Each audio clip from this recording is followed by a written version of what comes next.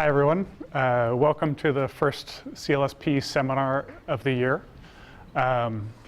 So our speaker for the first seminar is Chris Dyer, who we're very pleased to have.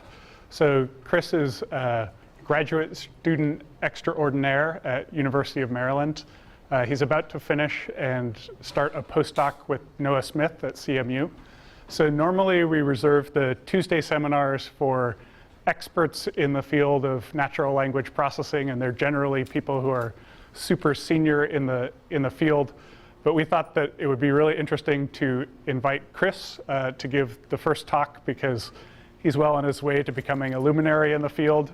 And I also thought it would be nice for the incoming graduate students to see the type of research that you're capable of producing as you're leaving at the end of your PhD. So with that, I'll hand it over to Chris. All right. Well, thank you for the nice introduction, Chris. And to those first-year students, I promise the famous people will start showing up soon, so you don't usually have to put up with people like me. So I'm going to talk about improving machine translation by propagating uncertainty. So what that means is, let's take a quick look at the MT pipeline, because as researchers we might like to work on small pieces, but really in reality these things are embedded in larger contexts. So we generally start with some text or an acoustic signal or even an image of some text from out in the world when we really want to do machine translation, and then we have to pre-process it into some representation that our model is capable of translating, and then we translate it. Now, of course, in reality, this process may go on even further. We may do other things with it, but we'll just start out with this. Translation's a nice problem.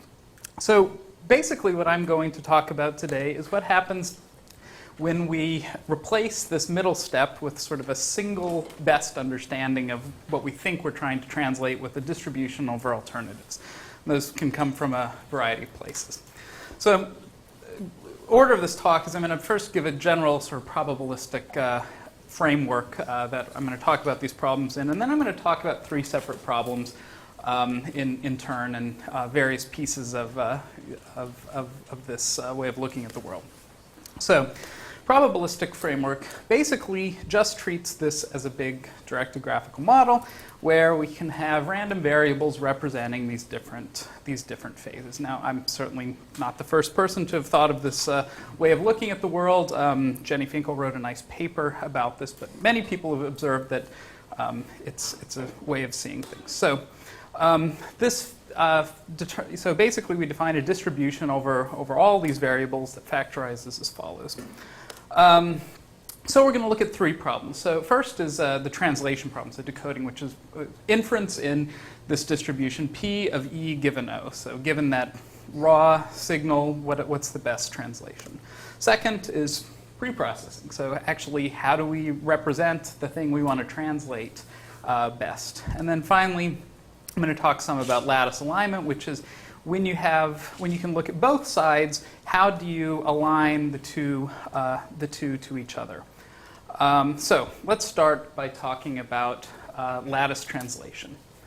So this is basically the simple idea that we're going to take, whereas we normally would have a single string that we want to translate, we're going to replace it with a distribution over strings, which we're going to encode as a weighted finite state machine. So why do we want to do this? So I'm going to show that propagating uncertainty, so basically the now input is a source of uncertainty. By propagating this forward into the translation pipeline, we can improve its quality. And then second, this actually turns out to be a fairly easy thing to do, and it's efficient to do. It doesn't blow up your running time at all.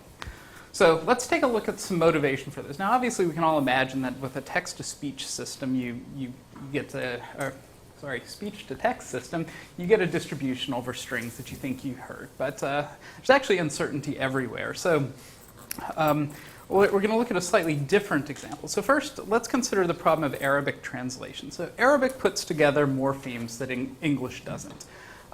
So you can see top line is a romanization of Arabic. It gets split up into the second line, and then you can see how it sort of aligns to the English. So a solution to this problem is to segment these morphemes into freestanding words. Now this always improves your unigram coverage. But the question is, what morphemes should we segment? Just because it's improving your morphemes, your unigram coverage doesn't mean you're going to get better translations. So the answer is always it depends. So basically, what we're going to do in this model is we're going to say we're going to encode multiple segmentations of the same input into a segmentation lattice, and then let the decoder decide which segmentation to use for each span. So inside of a single sentence, you might have one that has a very granular segmentation and one that's very, very large units. So here's an example. So we have some surface form, and then we split it up, and then we just combine these two segmentations. In reality, there may be many, many different approaches to segmentation that we use. How does this work in translation? So this table shows translation under two different transduction models. One on the left is based on weighted finite state transducers. The one on the right uses synchronous context-free grammars. The way you read this chart is larger numbers are better, and these are blue scores for those who work on MT, and these are on standard test sets. And above the thick line, you see two conditions. Those represent the performance of the system using that segmentation as the single best output. Below the line, we have a lattice that encodes both. So that in that case, the decoder gets to make a decision about how to translate which spans. And as you can see, you see improvements over both of those baseline conditions. I should point out that the training of the system changes a little bit. So I didn't do anything particular to train a model to translate the lattice as anything particularly clever. I basically just duplicated the training data in both segmentation approaches and then built a single model from the combined data. So we'll talk later more about training issues.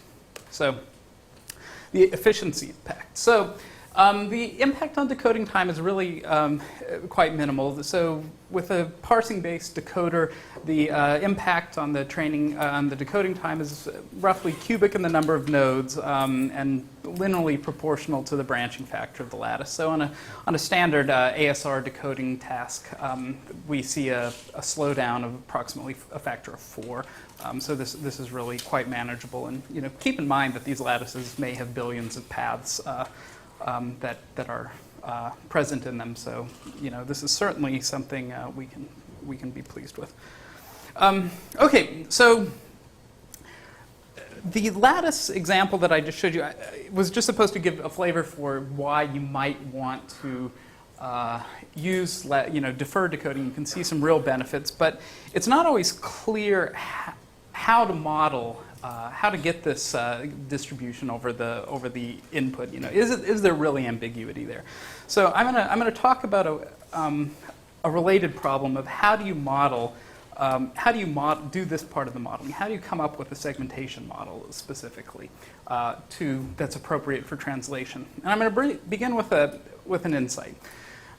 So Richard Sproat was sort of the father of Chinese word segmentation as an NLP task. And his solution, so this is an inherently ambiguous problem. So the Chinese doesn't write any spaces between their words. But if we want to do any of our text-based NLP tasks, we have to basically break up those Chinese sequences into words. Unfortunately, Chinese speakers cannot agree on where the spaces are. In fact, they disagree around 25% of the time, which is really quite a lot. And so his solution was let a style guide basically decide. Let's override the humans with a style guide, and that's been fine.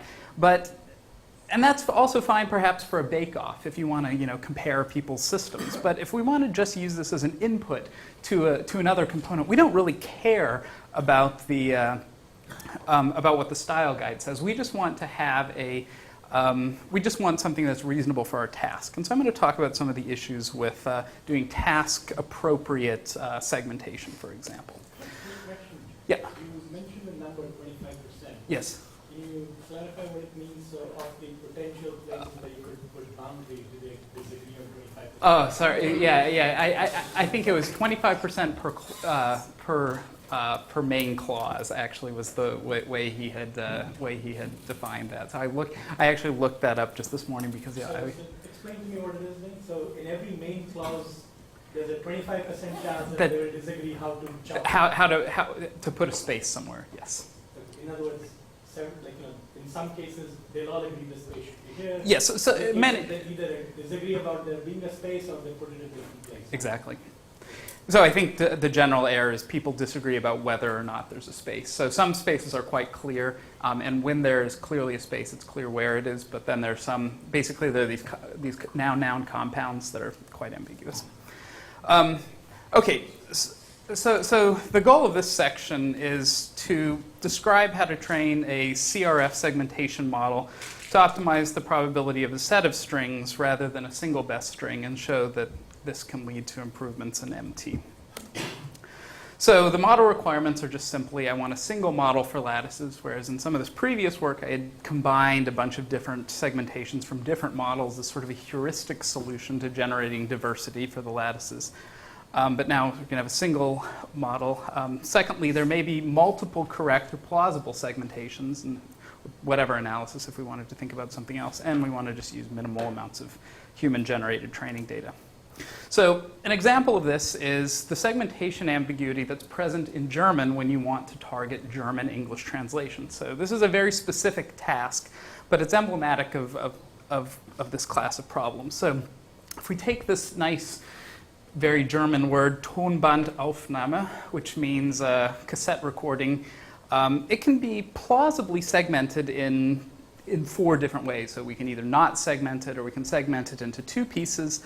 And some of them lead more or less directly to good translations. So the first half, Tonband, is a compound meaning audio recording. And so audio recording, audio tape is what the first half means. So audio tape recording is a plausible, maybe a little stilted translation, but you can imagine that it is. So I view this as kind of, there's room that a reasonable person might say, well, this is a possible segmentation, and then others just don't make any sense. And obviously, for example, the first one, if it's not in your system, you're not going to be able to translate it. So since there may be multiple correct segmentations, I actually propose that we create reference segmentation lattices. Now these actually encode the ambiguity that's implicitly present in our problem from the annotator's perspective. So for example, we might take these 2 different words, Freitag, which is a word that, although it consists of 2 morphemes, means is not compositional, and therefore there's no plausible compositional translation where we would split this and translate it. The second one we just reviewed, that Tonbandaufnahme, might have a couple of plausible different segmentations. So this actually forms then a training set where we have these input words and then their plausible translations. Now, you can define a model that models distributions of segmentations given a word. So this is a conditional model. So for any plausible segmentation of the model, this will assign a probability to it. And there are a couple of side constraints. You can look in the paper if you want the details. But basically, the objective in training is going to be simply to move probability mass from the good paths in this. So you can imagine it generates a lattice of all the possible segmentations. We're going to move the probability mass from the bad paths, which are the ones not in the reference, to the good paths, which are the ones in the reference. And so we just maximize conditional probability, and the gradient has a nice easy to compute form, so you can use the standard numerical optimization techniques that we learn about. So this just looks like you start with some initial model, basically defines a uniform distribution over all paths. You get some references, you iterate on training, and then you end up with a final model that has the most of the probability mass associated with the good paths. And I'm not going to go into the features that I use here, but I actually find you can get away with less training data if you use some dense, linguistically motivated features, and you don't have to use our typical, very rich NLP features. I should also point out that these lattices can then be pruned using some kind of using forward-backward pruning to remove those low probability paths before decoding. Yes. So in the training objective, when you have multiple reference, do you simply duplicate all the training numbers, or what?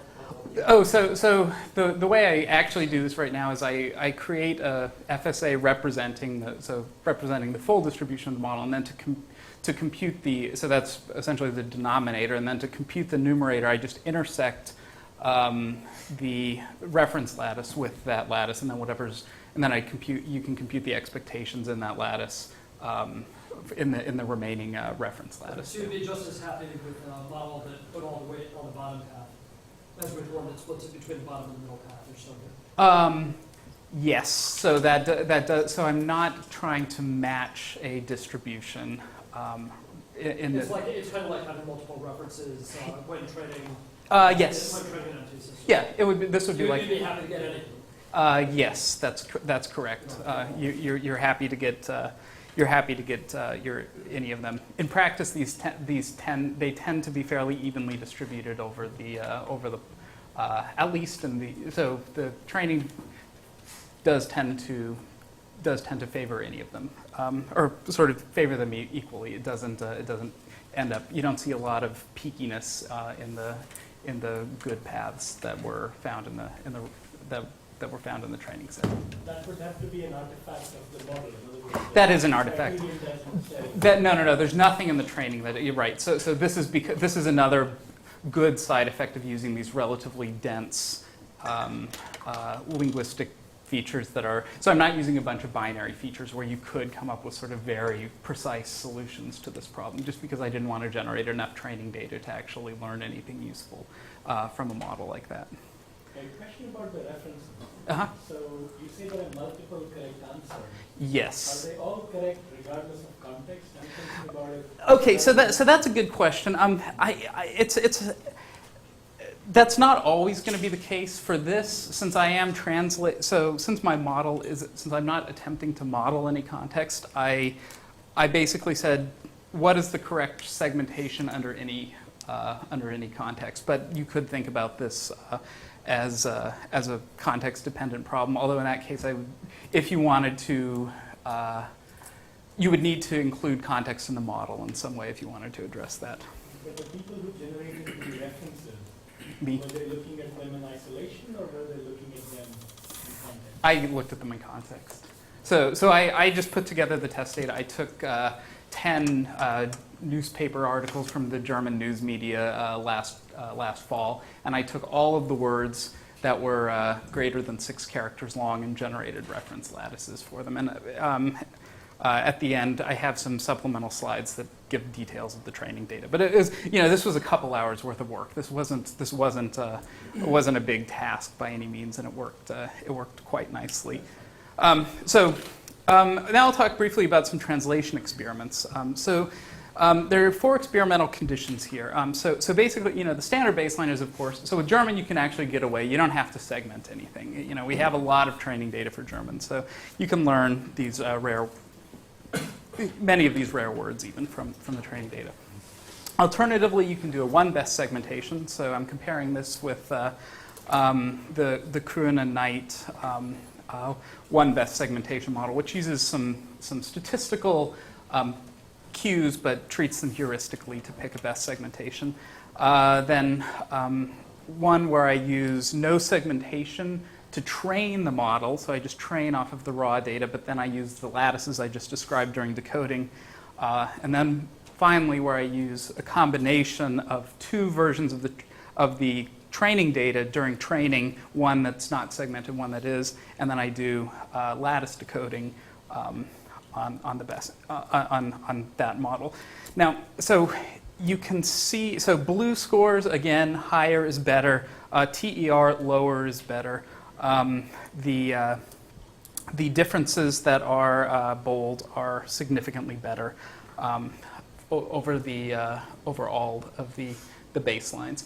Over the unsegmented and one-best segmentation baseline. So the first thing we see is that so previously for German, the recommended pre-processing was to do a one-best segmentation. And this is justified in the fact that on average, each German newswire article has one novel word. So people are quite productive with their lexicons in German. And so just an average news article, you need to deal with this problem. But again, we see this problem of over-segmentation actually leading to poorer models. So although you may be doing better on that one out-of-vocabulary word that you would have otherwise had, you end up hurting yourself because you're getting less precise translations in other places. So that's an interesting result. And so one reason for that is probably that this year we have more training data than ever before. And so we don't actually want to segment. But as you can see, if we use lattices, we start to improve over our baseline, both in the standard training condition, a very small improvement, and then also more significantly in a condition where we do better training. And one thing to keep in mind is basically that these lattices that we have contain, are likely, so they're not guaranteed to, these paths may get pruned out, but they are likely to contain that baseline condition. So it would be almost unthinkable to actually do worse than that baseline. So this is a nice, this is one important lesson if you're working on these sort of metric-driven tasks, is if you include your baseline as in your model, then you're almost guaranteed to, you're at least not going to hurt yourself. It's a tip to all you first years. So anyway, we see some nice gains, and this is one reference. So the magnitude of these improvements might not look as substantial as the previous ones, which had 4 references. So, but these are significant improvements. So, oh yeah. What fraction of your training data was words whose reference segmentation is not doing? So I segmented any word. I ran the model on any word that was longer than 6 characters, and I don't know what fraction of the training data that was. Probably my guess would be maybe about a third is over 6. The reason I'm asking is because the over-segmentation which hurts you in step 2. Yes. I wonder if it could be mitigated by having a representative sample where lots of words don't need to be segmented. Well, yeah. So there is.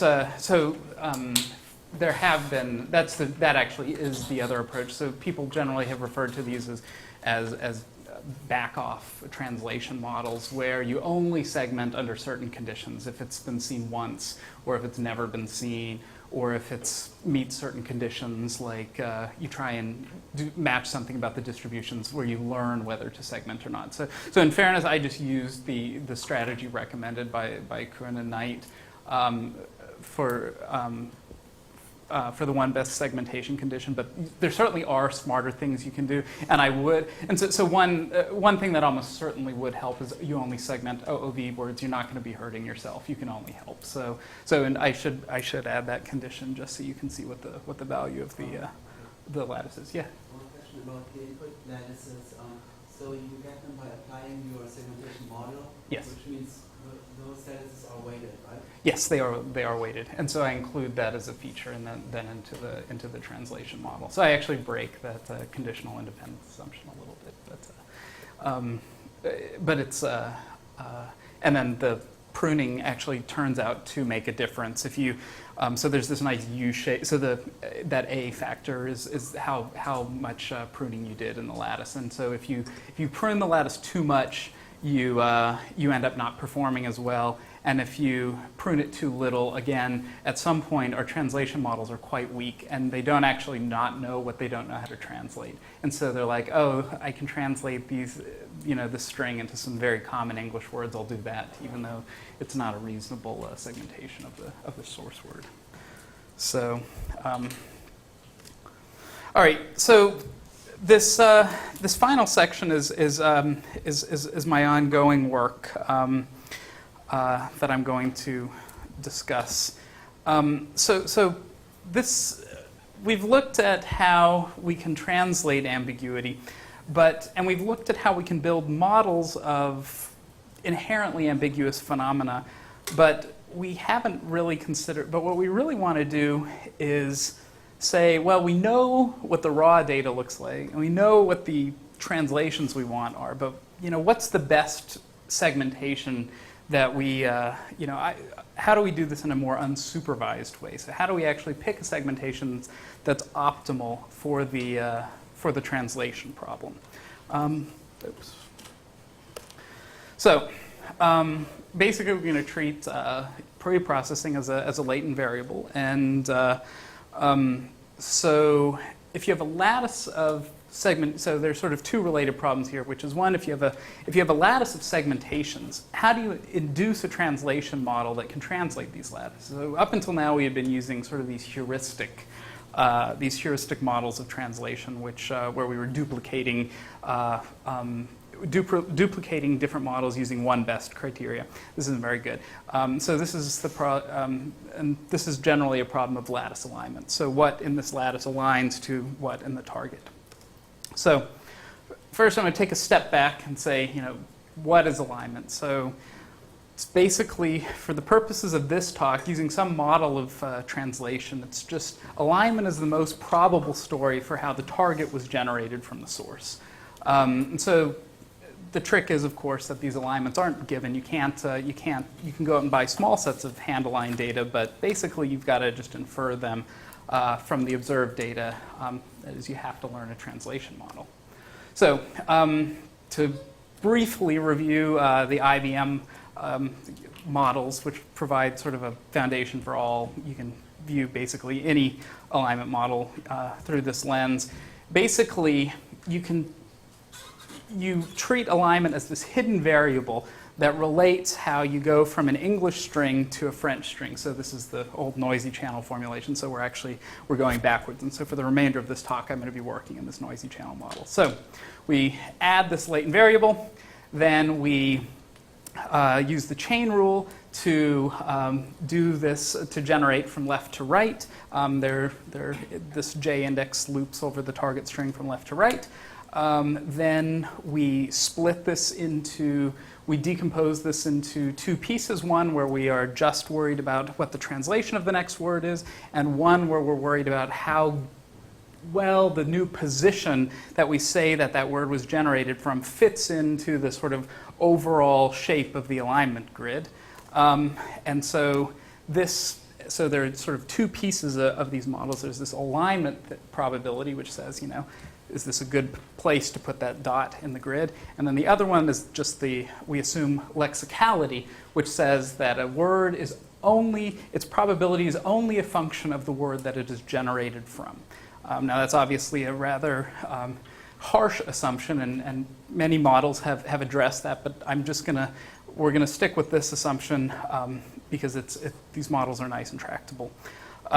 So then you can further, you make some simplifying assumptions for the sake of tractability about the model of alignment.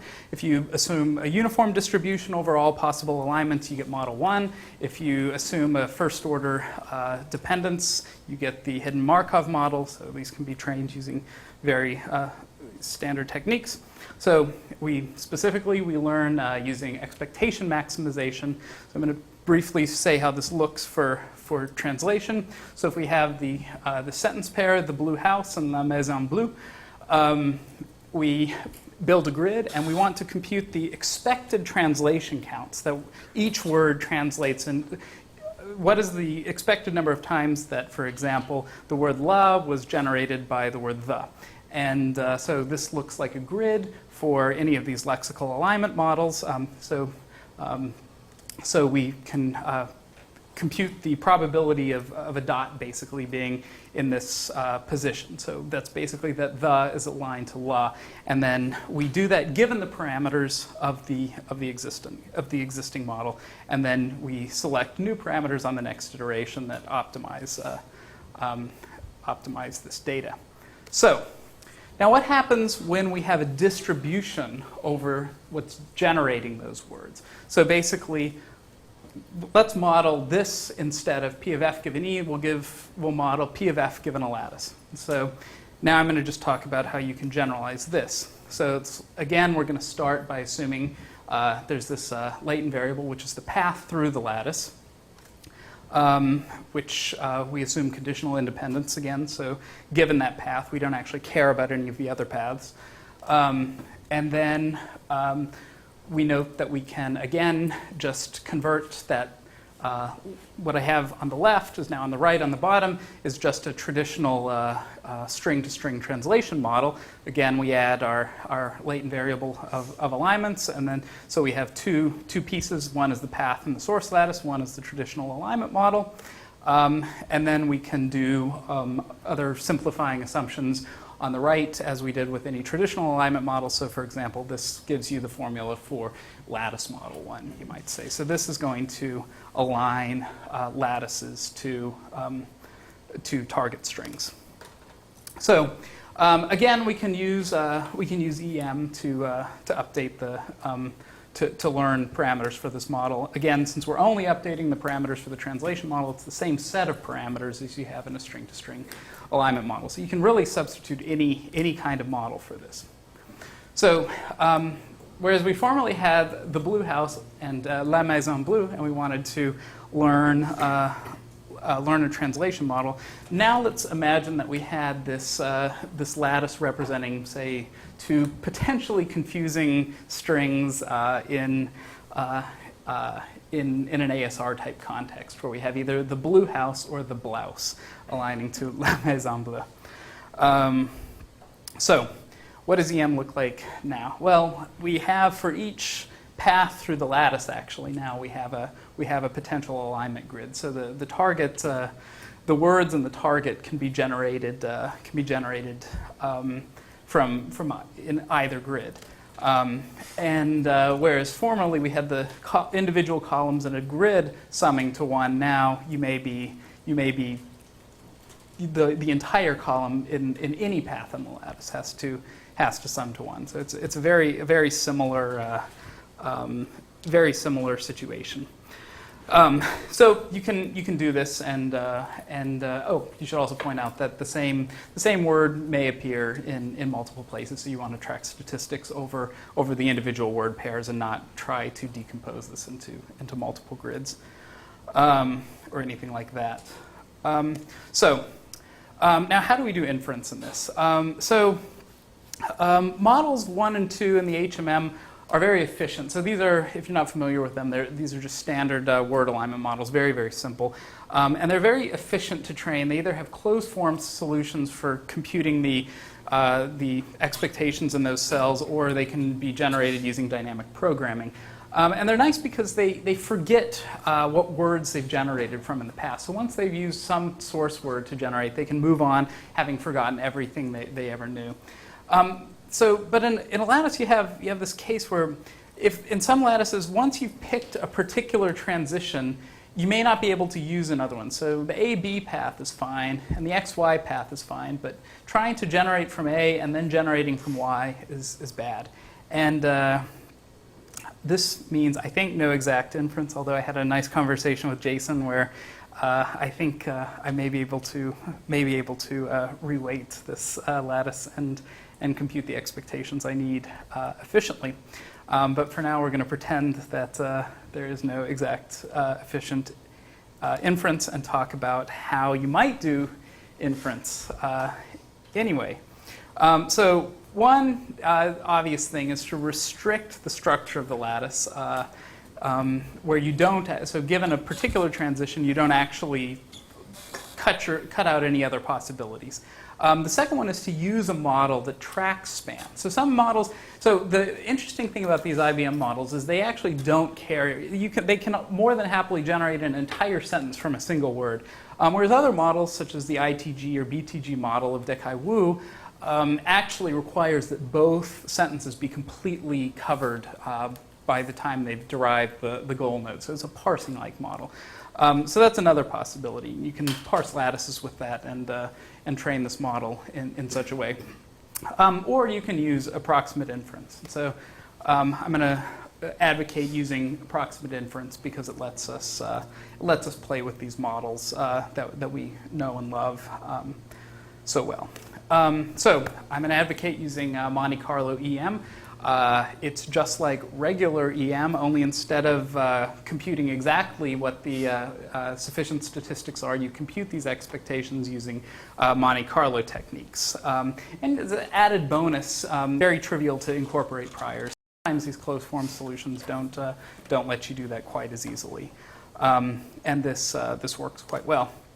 So, yeah. For us first-year students, could you tell us what EM is? Oh, yeah. So expectation maximization is a way, it's an iterative algorithm for learning, it's an iterative algorithm for learning the parameters of a set for a model. So you have to have a fixed model structure, and you learn some parameters that optimize the likelihood of the marginal likelihood of the training data given your model.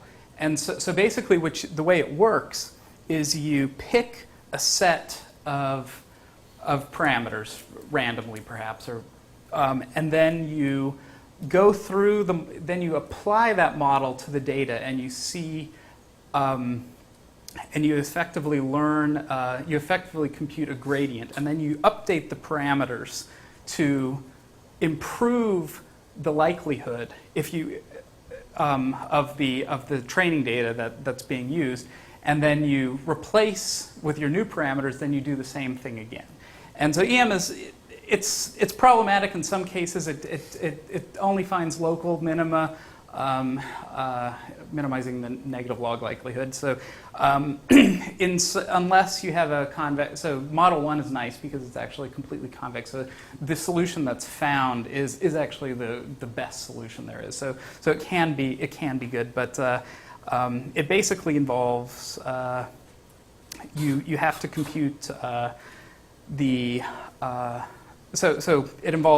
then there are 2 steps. So in the first step, you have to compute these expectations of. You can think of them as so if you think of this as a graphical model where various transitions reflect various events in the model, you compute the expected number of times that a particular transition will be taken given the data you're seeing and the model. So that's what these expectations I'm talking about computing here are. And so sometimes there's a closed form solution to this, and other times, and in this case I'm arguing that, well, if you can't necessarily figure out what that is, in my case, or there isn't one, then you can just use this approximate technique where you simulate using basically random walks through the space of events using these Monte Carlo techniques. So you'll learn very soon a lot about EM. I'm sure Jason can fill you in on the details.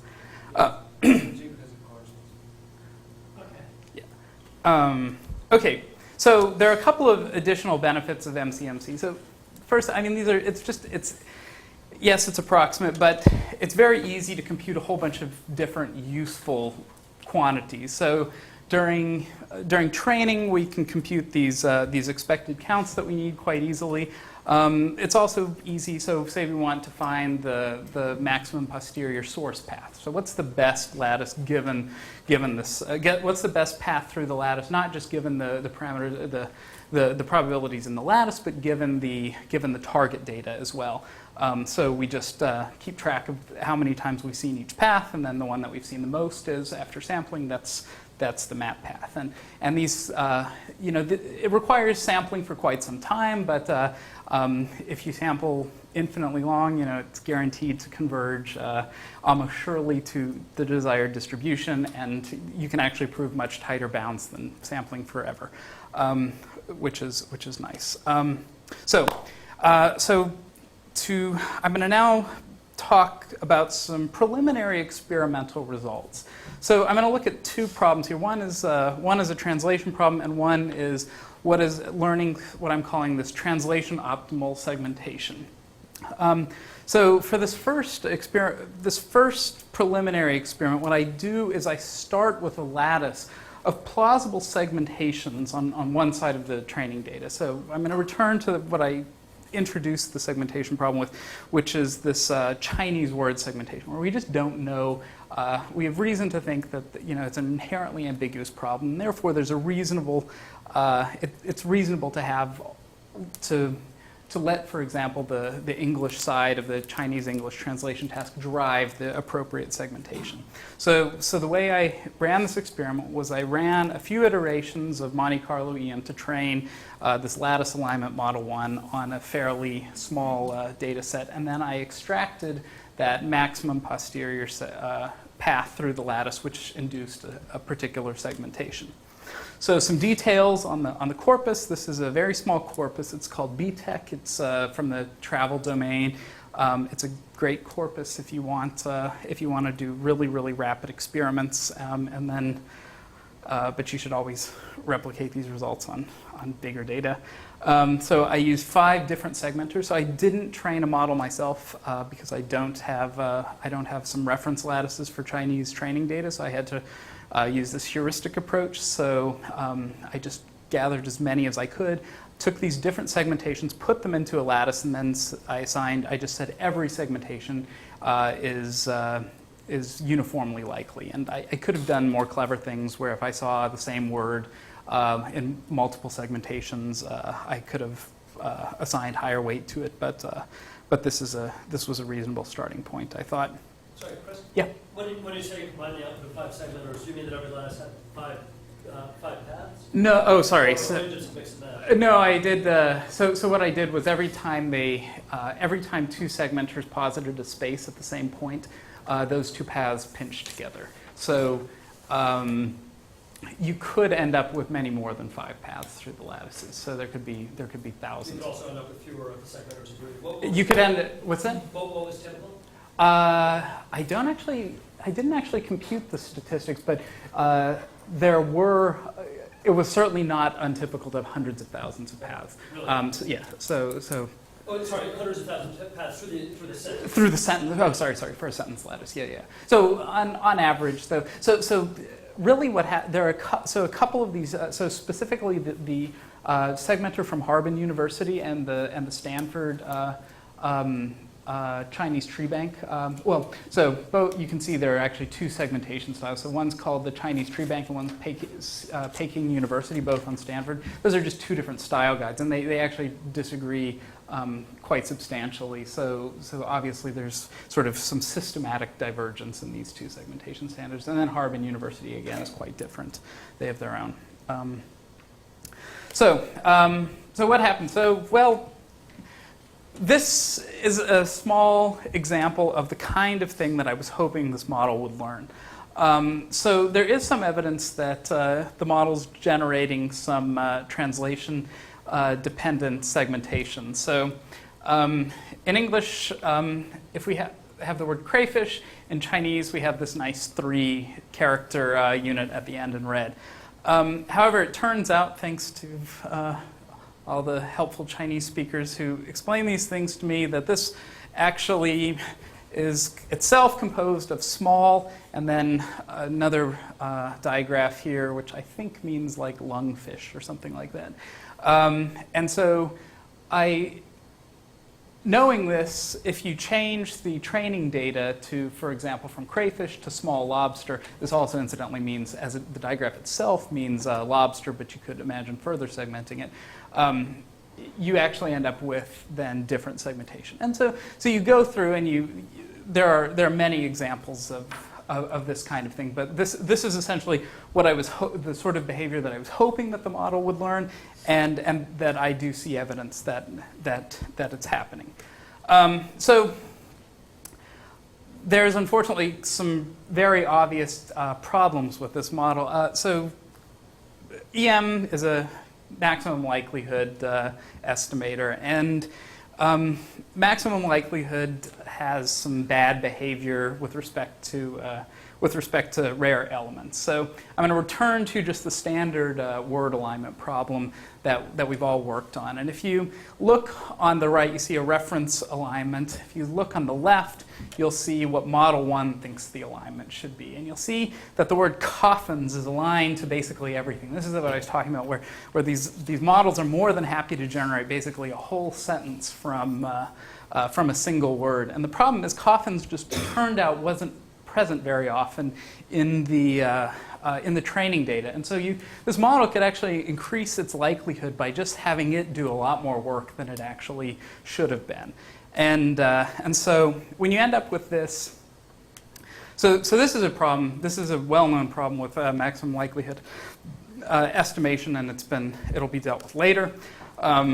So the problem is this tendency is compounded in this lattice alignment problem, because rare words can exist on any path, and they all have a lot of probability mass to give away.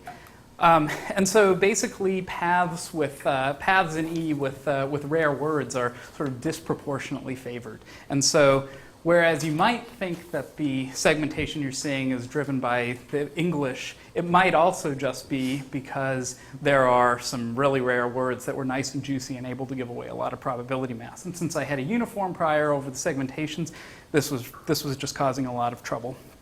So still, I'm undaunted, and I thought I would try a translation experiment. So the idea is that this map segmentation of the training data is the one that's best for MT in some sense. If you want to translate lattices that have a similar set of possible segmentations, this is the kind of segmentation you'd want to learn your rules from.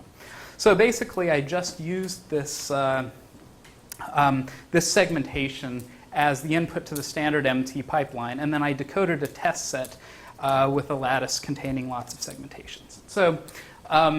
So basically, the baselines are, I'll start with a simple segmenter, this greedy maximum match segmentation approach, which is commonly used for Chinese decoding.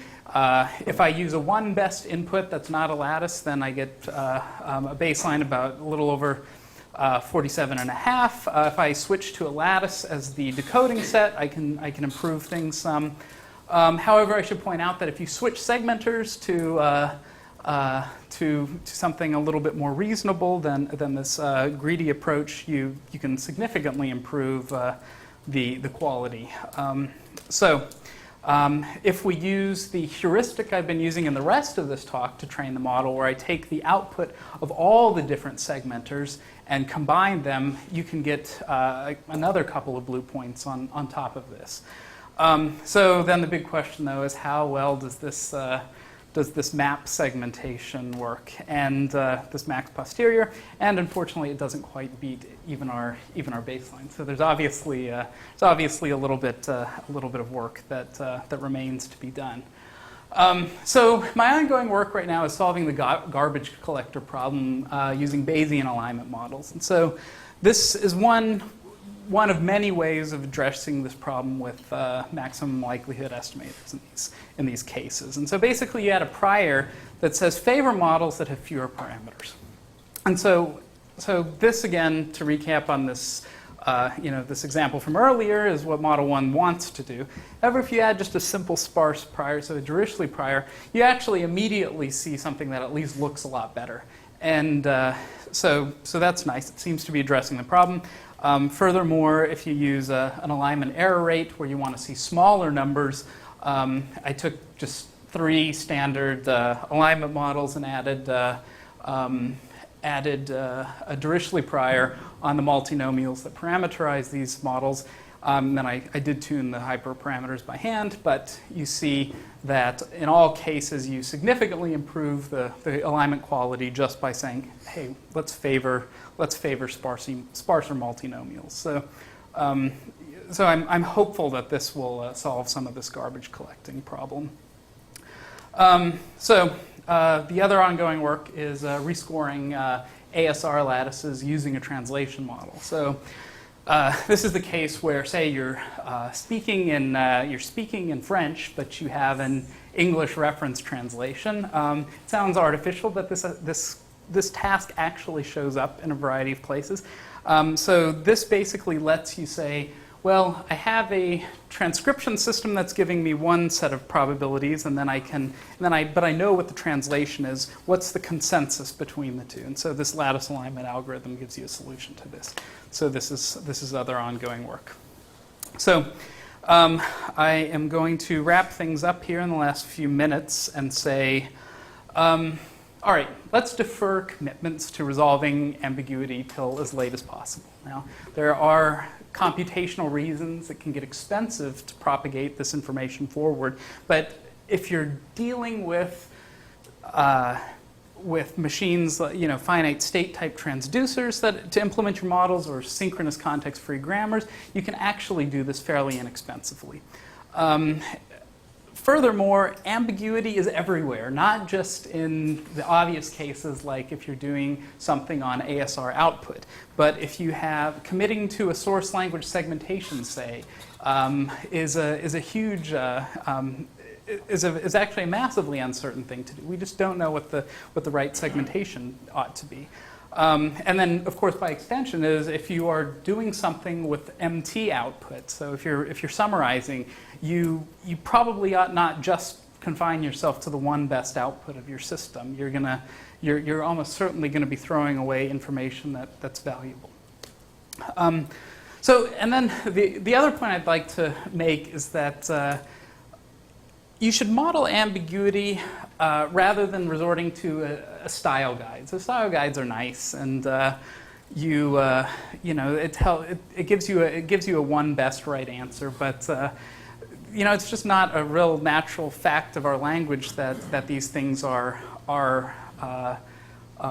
truly unambiguous. And so I think modeling this ambiguity directly has some real advantages. And so I would argue, so instead of building more and more manually annotated one best Chinese segmentation data, it would be useful to generate a corpus of plausible alternatives so we can actually learn where the ambiguities are rather than trying to artificially pick what the style guide has said. And perhaps there's some hidden inconsistencies in it.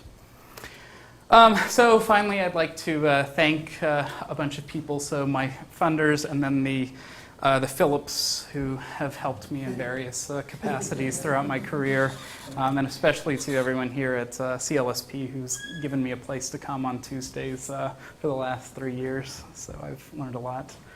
So thank you.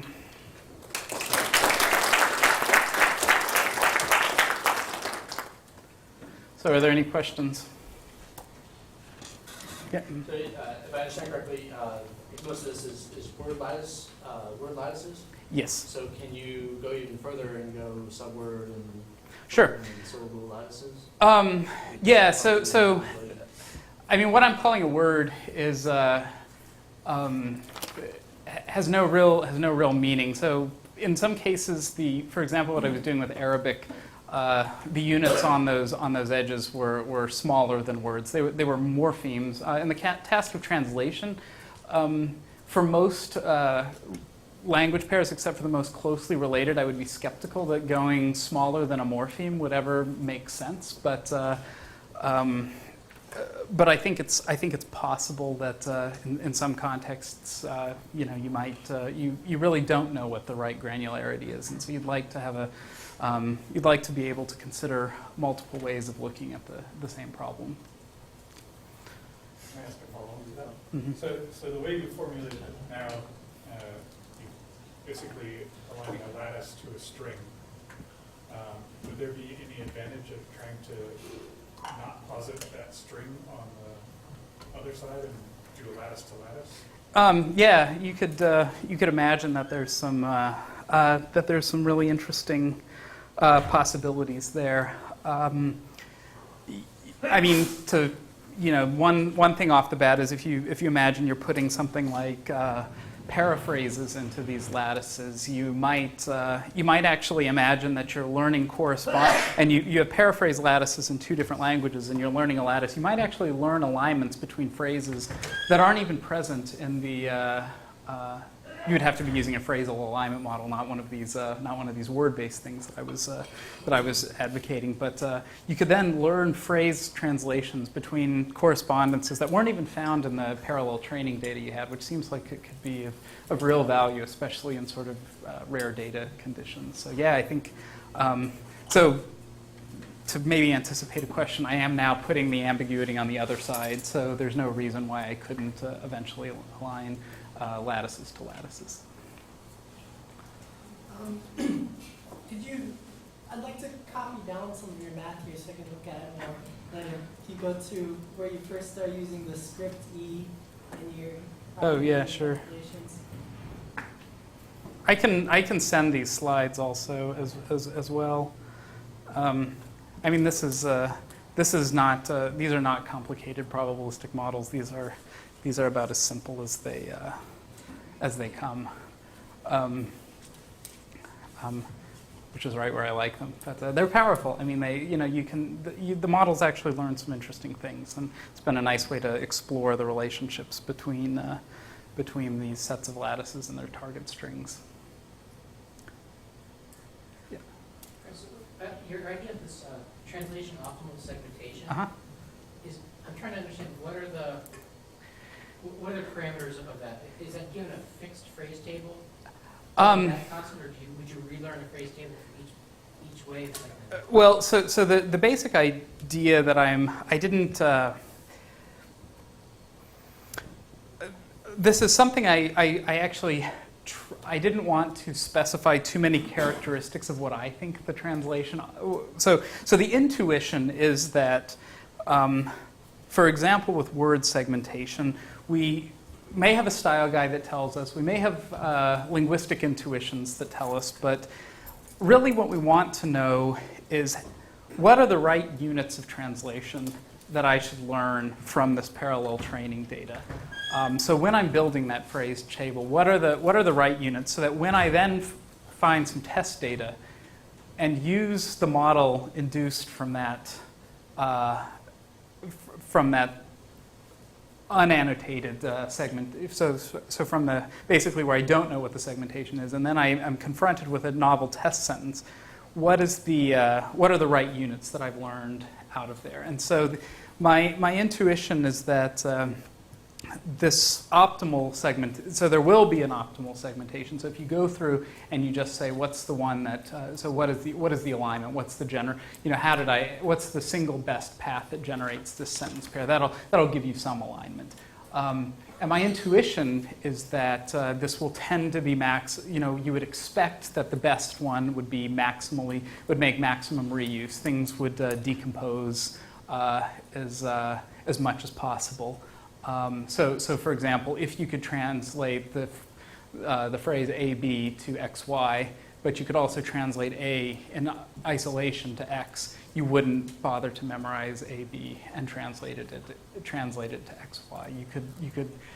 You could find a smaller unit there. So you would expect to see a larger number of one-to-one alignments. And the alignment models that I've favored are not really going to get you very far along that path, because they themselves can only at most learn a one-to-many alignment. But they will still let you. They will at least be able to recover from alignment errors that a particular segmenter may have made in a particular context. So imagine a case where you've got some crazy segmentation that your segmenter produced, and you would like to be able to you would like to know what the best segmentation given this translation is, or maybe it's ambiguous how you want to segment this string of characters, and it depends on the translation. You would expect if there is, so there are cases in Chinese where depending on the meaning of something you would segment a phrase differently. And so in that case, so by the optimal translation optimal segmentation, I would mean the one that would correspond most closely to the meaning in English in terms of these criteria of things like compositionality and favoring one-to-one alignments. question. Let's thank Chris once again.